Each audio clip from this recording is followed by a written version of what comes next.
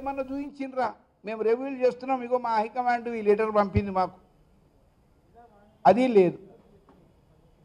మరి దానికి తోడు సర్వే సత్యనారాయణను సస్పెండ్ చేసినామని పోని మీకు ఏమన్నా లెటర్స్ ఇచ్చిర్రా? గౌరవ పత్రికా విలేకరులకు మీడియా సోదరులకు అడుగుతున్నాను నేను, లెటర్ ఇచ్చిర్రా? కేవలం ఒక మెసేజ్ పెట్టేసి టు టార్నిష్ మై ఇమేజ్. నేను ఒక దళిత బిడ్డను, number 1. I will not take that Dalit card వాడ నేను, కానీ చెబుతున్నా, నేను అంచెలంచెలుగా ఎదిగిన 35 సంవత్సరాల నుండి రాజకీయాలలో ఉన్నోండి. 35 సంవత్సరాల కింద నేను ఎమ్మెల్యే చేసినోని. కాంగ్రెస్ పార్టీలో 2 సార్లు ఎంపీగా పోటీ చేసి గెలిచిన సోనియా గాంధీ గారి దయతో. జనరల్ సీటు దేశంలో ఎవరు లేరు, ఒక దళితుడు జనరల్ సీటు కంటెస్ట్ చేసి 1,00,000 ఓట్ల మెజార్టీతో గెలిచిండు. అది మల్కాజ్గిరి పార్లమెంటు 32.5 లక్షల ఓట్లతో ఉన్నది ఆ కాన్స్టిట్యుయెన్సీ.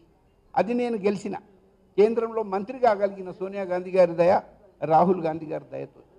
ఇంత ఎదిగి ప్రజలందరినీ ఆకట్టుకుంటా, కార్యకర్తలందరినీ ఆకట్టుకుంటా, మరి ఒక గొప్ప పేరు సంపాదించుకున్న ఇట్లాంటి వ్యక్తిని మరి నా ఇమేజ్ టార్గెట్ చేసేందుకు సస్పెండెడ్ అనేసి ఒక న్యూస్ ఫ్లోట్ చేసిండ్రు వాళ్ళు, వితౌట్ ఎనీ అథారిటీ. పిసిసి ప్రెసిడెంట్కు కానీ, ఒక మామూలు secretary who is incharge of the state, అట్లాంటి వాడు సస్పెండ్ చేసే అధికారం ఉన్నదా వాళ్లకు? అసలు మీకు బుద్ధి జ్ఞానం ఉన్నదా? అసలు మీకు ప్రొసీజర్స్ తెలుసా?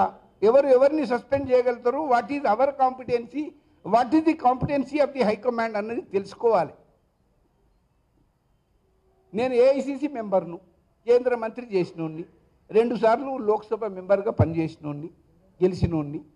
నన్ను ఏమన్నా నా మీద నిజంగా క్రమశిక్షణ చర్య తీసుకోవాలంటే హైకమాండ్ తీసుకోవాలి, సోనియా గాంధీ గారు తీసుకోవాలి, రాహుల్ గాంధీ గారు తీసుకోవాలి. లేదు, వాళ్ళు నియమించిన డిసిప్లినరీ కమిటీ చైర్మన్ యాంటనీ గారు ఉంటారు, ఆయన ఒక గొప్ప నాయకుడు, వాళ్ళు తీసుకోవాలి నా మీద చర్య. నిజంగానే నేను ఏదైనా క్రమశిక్షణ రహితంగా ప్రవర్తిస్తే, నేనేమైనా తప్పు చేస్తే, నేను what crime did I commit? నేను కేవలం మిమ్మల్ని నిలదీసిన ఏంటంటే, మీరెందుకు చేస్తున్నారు? మీరే కదా టికెట్లు ఇచ్చిండ్రు, మీరే కదా టికెట్లు అమ్ముకున్నారు, మీ వల్లనే కదా మొత్తం పార్టీ నాశనం అయిపోయింది, భ్రష్టు పట్టిపోయింది. ఇంకా మీరే ఇప్పుడు రివ్యూ చేస్తారా? అంటే మమ్మల్ని పిలిచి ఇంటర్వ్యూలు తీసుకొని ఉద్యోగాలు ఇస్తున్నారా, ఆర్డర్లు ఇస్తారా, సర్టిఫికేట్లు ఇస్తారా? మీరు ఎవరు మిమ్మల్ని చేయమన్నాడు? హైకమాండ్ చేయమంటే ఆర్డర్ చూపిరు అన్నట్టు నేను నిలదీసిన. ఫస్ట్ మీరు స్వచ్ఛందంగా రాజీనామా చేయవలసిందే. కాంగ్రెస్ పార్టీలో ఒక ఆనవాయితీ, అదొక సాంప్రదాయం. ఎవరు ఓడిపోయినా, ఏ పార్టీ పదవులలో ఉన్న వాళ్ళు ఓడిపోయినా స్వచ్ఛందంగా బాధ్యత వహించి రాజీనామా చేసి మరీ పక్కకు జరుగుతారు. హైకమాండ్కు ఒక అవకాశం ఇస్తారు, మళ్ళీ మీరు దీన్ని ప్రక్షాళన చేస్తే చేయండి అని. లేదు, high command if they are not satisfied with their resignation, high command will ask them to continue, వాళ్ళ సర్వీసెస్ అవసరం ఉన్నాయనుకుంటే. కానీ వీళ్లకు చలనమే లేదు, బర్రెల మీద నీళ్లు పడ్డట్టు. ఓడిపోయినా జల్సాగున్నారు, బాధ్యత తీసుకుంటలేరు. ఇంకా కంటిన్యూ అవుతాం. ఇంకా 16 సీట్లు లోకసభలో ఉన్న 17 సీట్లకు మేమే అభ్యర్థులను తయారు చేస్తాం. 33 జిల్లాలు ఇప్పుడు కాబోతున్నాయి, 31 అయితే ఉన్నాయి. 31 జిల్లాల అధ్యక్షులను కూడా మేమే నియమిస్తాం.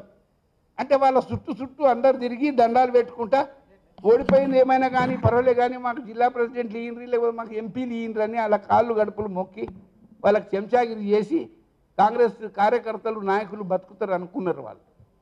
కానీ సర్వే సత్యనారాయణ సహించాడు. సర్వే సత్యనారాయణ గాంధీ కుటుంబానికి లాయలిస్ట్. నా మీద బాధ్యత ఉంది. నేను ఒక పేద దళిత కుటుంబంలో పుట్టినోడిని. ఈనాడు యావత్ భారతదేశం గుర్తించే విధంగా ఒక కేంద్ర మంత్రి కాగలిగిన, ఒక మంచి పోర్ట్ఫోలియో నాకు ఇచ్చిండ్రు. రోడ్స్ అండ్ నేషనల్ హైవేస్ ఎంతో గొప్పగా పనిచేసిన మిస్టర్ క్లీన్ అన్న పేరు తెచ్చుకున్నా. ఆ కుటుంబానికి విధేయంగా ఉంటున్నా, నమ్మకంగా ఉంటున్నా. ఎన్నోసార్లు చెప్పిన నేను, నన్ను కన్న తల్లి నా సొంత తల్లి అయితే నాకు రాజకీయ పునర్జన్మనిచ్చిన నా తల్లి సోనియా గాంధీ గారు అని. నేను సావరం అంటే ఉంటే సోనియా గాంధీ దగ్గరనే వస్తా, అదే పార్టీలో ఉంటా, ఆ పార్టీని వదలనని. I will be that loyal అన్న. అతనే పనిచేస్తూ వచ్చిన. మరి నన్ను అసెంబ్లీ ఓడగొట్టడానికి ప్రయత్నం చేస్తాడు. ఉత్తమ్ కుమార్ రెడ్డి. అయినా నేను పట్టించుకోలే, ప్రెస్ కాన్ఫరెన్స్ చెప్పలే. పార్టీ డబ్బులు పంపింది, వీళ్ళు ఇంకా డబ్బులు వసూలు చేసిర్రు పంచనీకి. ఇవన్నీ డీటెయిల్గా ఎంక్వైరీ పెడితే తెలుస్తాయి, ప్రజల ముందుకు వస్తాయి. ఎవరికి ఇచ్చిండు? సర్వేసత్యానికి మాత్రం ఇయ్యలే.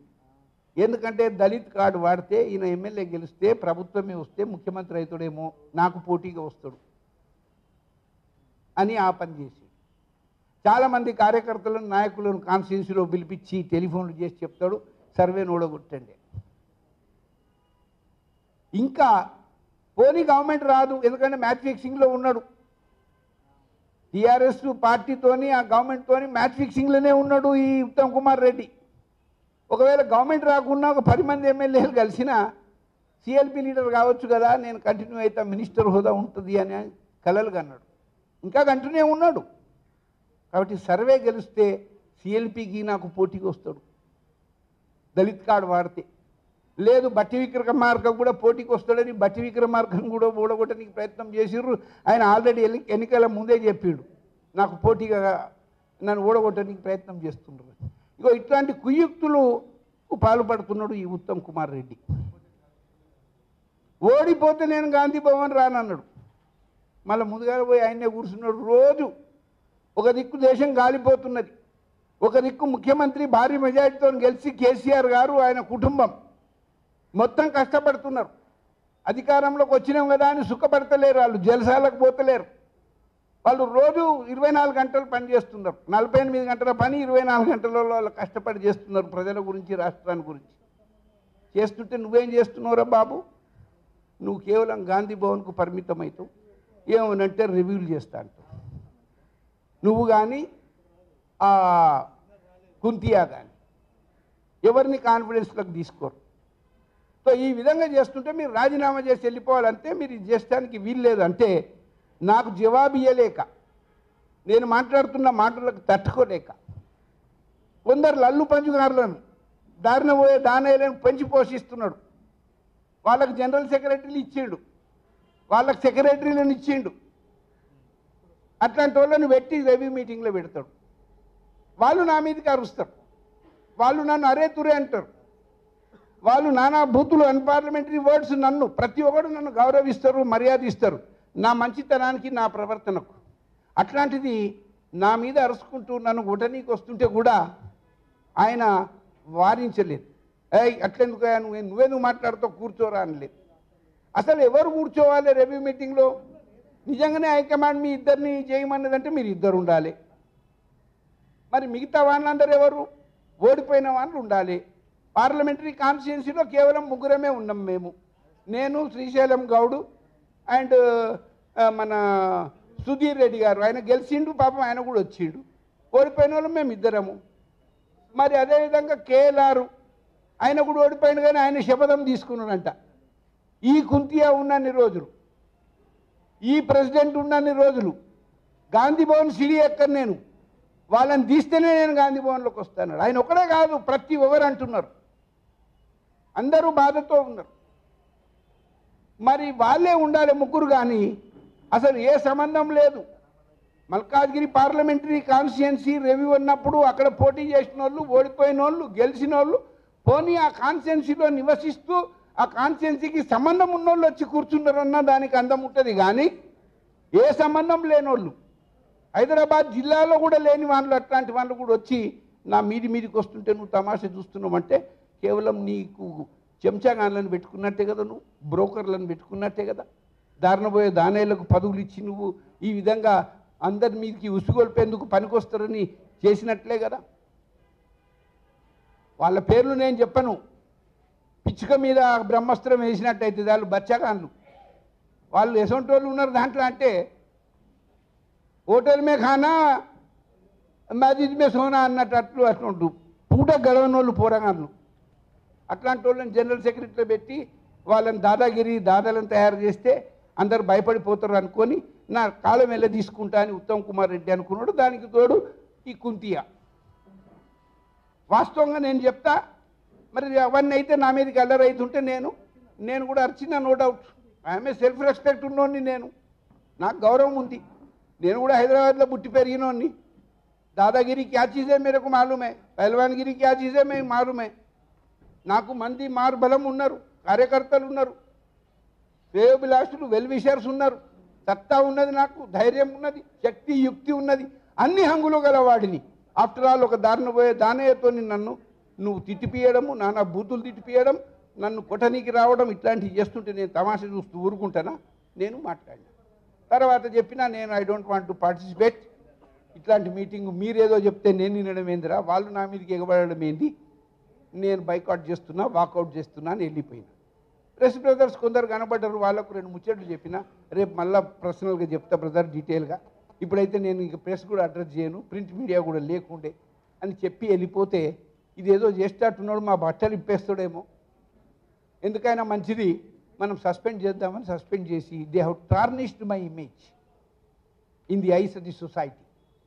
ఎన్ని టెలిఫోన్లు, ఎంతమంది సింపతి, తెలంగాణ మొత్తం గాలబెట్టేస్తామంటున్నారు కాంగ్రెస్ శ్రేణులు. ఉత్తమ్ కుమార్ రెడ్డికు హటావ్ కాంగ్రెస్ బచావ్, కుంతియాకు హటావ్ కాంగ్రెస్ బచావ్ అంటున్నారు. దిష్టి బొమ్మలు కాలుస్తాం, అజిటేషన్ చేస్తాం, హైకమాండ్ అటెన్షన్ను మేము అట్రాక్ట్ చేస్తాం అన్నా వీళ్ళని వదలం, గాంధీ భవన్లో వచ్చి కూర్చుంటామన్నా మేమంతా 1000 మంది. అది కూడా జరుగుతుంది ఈ 15 రోజులలో. తప్పకుండా కాంగ్రెస్ శ్రేణులందరూ కదులుతారు, కాంగ్రెస్ శ్రేణులే కాదు నాయకులు కదులుతారు. చాలామంది బాధపడ్డోళ్ళు ఉన్నారు, చాలామంది నష్టపోయిన వాళ్ళు ఉన్నారు, ఎంతోమందిని అవమానం చేసిండు. కాబట్టి వాళ్ళందరూ ఇప్పుడు సమాయత్తమయ్యారు. ఇప్పుడు నేను కేవలం ఓపెనింగ్ బ్యాట్స్మెన్ మాత్రమే, ఇంకా బ్యాట్స్మెన్ చాలామంది వచ్చిండ్రు, ఇంకా స్కోర్ చేస్తూనే ఉంటారు. తక్షణం హైకమాండు దీని మీద దృష్టి సారించాలే, వాళ్ళను తప్పకుండా పదవుల నుండి తప్పించి ఏ పదవి కూడా ఇయ్యదు. మొన్న ఓడిపోయిన వాళ్ళు పదాధికారులు వాళ్ళు ఇంకా కంటిన్యూ అయ్యి ఇంకా పనిచేస్తారు ఆ పార్టీకి.